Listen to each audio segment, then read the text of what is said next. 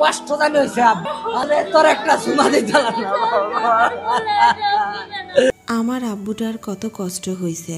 সন্তানহারা পিতার হৃদয় বিদারক প্রলাপ। রাজধানীর উত্তরা মাইলস্টোন কলেজের মাঠ জুড়ে ছড়িয়ে ছিটিয়ে থাকা ধ্বংসাবশেষ, কালো ধোঁয়া আর অসহায় মানুষের আহাজারি এ যেন এক ভয়ঙ্কর দুঃস্বপ্ন, যা 21শে জুলাইয়ের দুপুর 1:06 থেকে শুরু হয়, পুরো দেশকে স্তব্ধ করে দিয়েছে। বাংলাদেশ বিমান বাহিনীর F-7 BGI মডেলের একটি প্রশিক্ষণ বিমান উড্ডয়নের মাত্র 13 মিনিট পরে মাইলস্টোন কলেজের মাঠে বিধ্বস্ত হয়।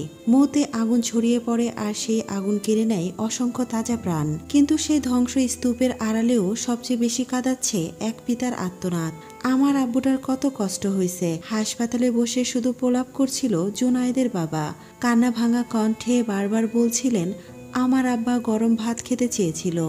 আমার আব্বার আর সেই ভাত খাওয়া হইল না। সন্তানহারা পিতা যেন বিশ্বাসই করতে পারছেন না তার প্রিয় ছেলেটি আর নেই।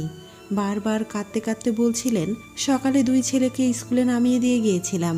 ছোট ছেলে ব্যাগ আর এক হাতে পানি নিয়েছিল। কে জানতো ওই স্কুল ব্যাগই আর কোনোদিন খুলবে না।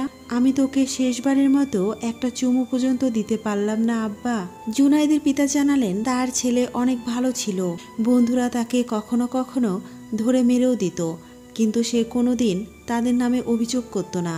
কষ্ট পেলে একা একা চুপ করে বসে থাকতো। চোখের কোণে জমা হতো নীরব অশ্রু।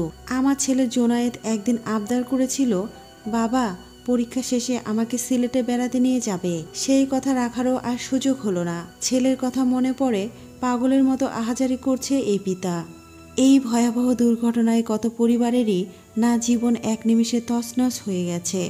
স্কুলের মাঠে পড়ে থাকা জ্বলন্ত ব্যাগ আর পোড়া বইগুলো যেন চিৎকার করে বলে যাচ্ছিল, আমরা বাঁচতে চেয়েছিলাম। আজ আমরা সবাই শোকাহত। আল্লাহ এই মর্মান্তিক ঘটনায় নিহত সকলের পরিবারকে ধৈর্য ধারণের শক্তি দিন। যারা হাসপাতালে মৃত্যুর সঙ্গে লড়াই করছে তাদের দ্রুত সুস্থতা দান করুন।